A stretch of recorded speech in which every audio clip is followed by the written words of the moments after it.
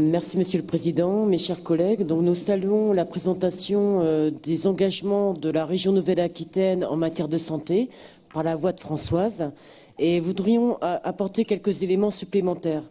Au niveau de notre groupe écologiste, nous pensons qu'il vaut mieux prévenir que guérir, comme nous a dit Françoise sur pas mal d'éléments, et que la prévention fondée sur la protection de l'environnement, sur l'éducation et la promotion de la santé est une réponse à développer dans notre système de santé, entre autres par une meilleure qualité de vie. C'est donc un changement de société que nous devons avant tout prescrire.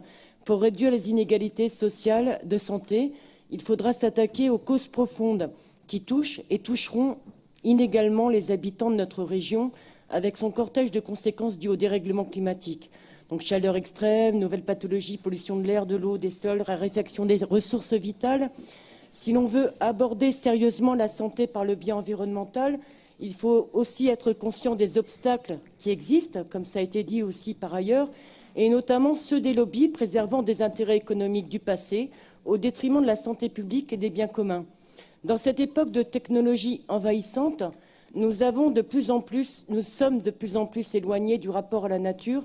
Et comme le disait Vincent Bretagnol dans sa présentation d'Ecobiose, ce matin, il est essentiel de retisser ce lien entre les humains et la nature. Car cette distanciation a des effets néfastes sur la santé, l'équilibre psychologique des populations et leur capacité future à tout simplement vivre. Les écologistes pensent qu'il est nécessaire de prendre en compte ce que Richard Louv décrit comme « the nature deficit disorder ».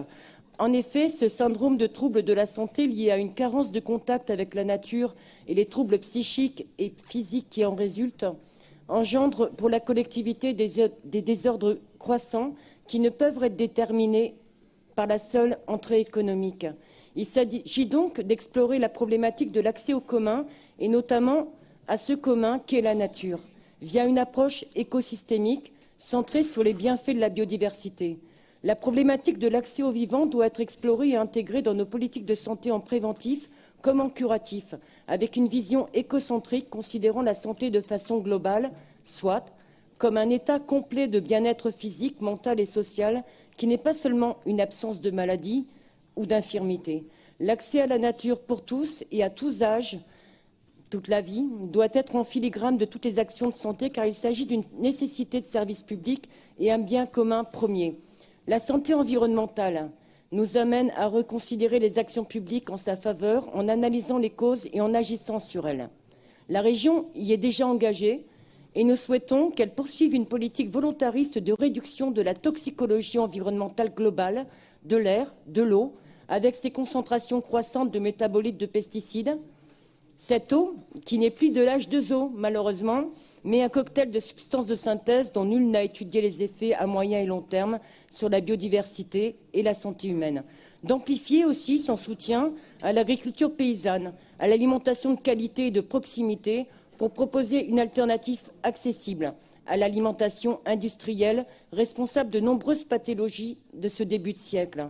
Mais aussi, en cohérence de sa politique de santé, de retirer les soutiens aux entreprises productrices ou utilisatrices de nanomatériaux toxiques, tels les nanotubes de carbone ou le dioxyde de titane, dont de nombreuses études révèlent la toxicité sur le vivant. D'autres marches restent donc à gravir pour notre collectivité, pour préserver la santé des Néo-Aquitains, et notre groupe écologiste et citoyen engagera toute l'énergie nécessaire pour y contribuer. Je vous remercie.